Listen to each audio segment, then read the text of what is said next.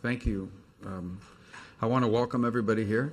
This is an exciting opportunity to continue to build on this very important strategic partnership.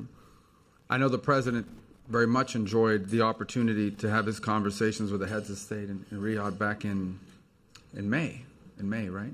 So that was a great visit and a great opportunity to do that. We're very committed to this partnership as a whole and with each of the countries that are represented here today, committed to working together to address no shortage of regional and global challenges, but also not just challenges, but also to together work on the opportunities. Sometimes the challenges get in the way of also pursuing the opportunities. We want to be able to do both. I know that the past few months have been filled, the past few weeks and the past few days have been filled with some pretty substantial challenges. And so our conversations here are perhaps as critical as they have ever been. Each and every one of you is a trusted partner, an important partner of the United States, and we want to work together and continue to work together to achieve our collective vision articulated repeatedly by the President, including in his first term as President of the United States, to together achieve a level of peace and of prosperity unrivaled and unprecedented in the past. I want to say up front that we understand very clearly that the situation in Gaza, the situation with Israel in Gaza is a key concern for everyone in this room here today. We want this conflict to end. We want it to end immediately. The President stated that yesterday. We want it to end with every single hostage being released, both living and deceased. We want it to end in a Gaza that is free of terrorism, that is free of extremism, that does not pose a threat to Israel or any other part of the region, and where the Palestinian people, the people of Gaza, have an opportunity to live in the peace and in the prosperity that we all want, not just for the region, but for our own countries and for the world. And to that end, I know that some important work is ongoing in that regard, and I want everyone to know that. Many of you are aware of that individually, that some very important work is ongoing even as we speak, in hoping to achieve this as soon as possible. There are also some unique opportunities, exciting opportunities that I know we're working on together. One of them is the future of Syria, an opportunity that maybe 2 years ago, a year and a half ago would have been unimaginable.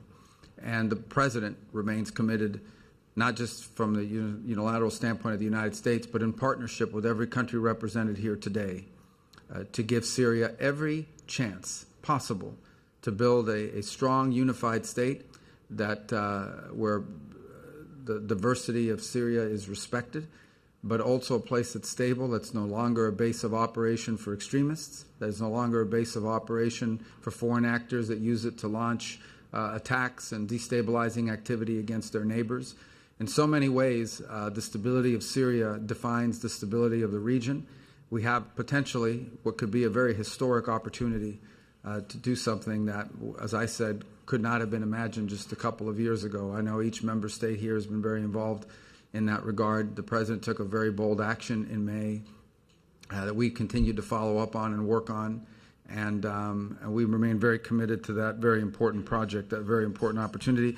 Likewise in Lebanon, an opportunity that's also historic exists, and the United States remains very committed in that regard as well, to ensuring that there's a strong Lebanese state, respectful of the diversity of that country, free of the influence of Iran and Hezbollah and others who might undermine that stability, and does so in a way where the state there can exert its sovereignty and can emerge from a longstanding economic crisis.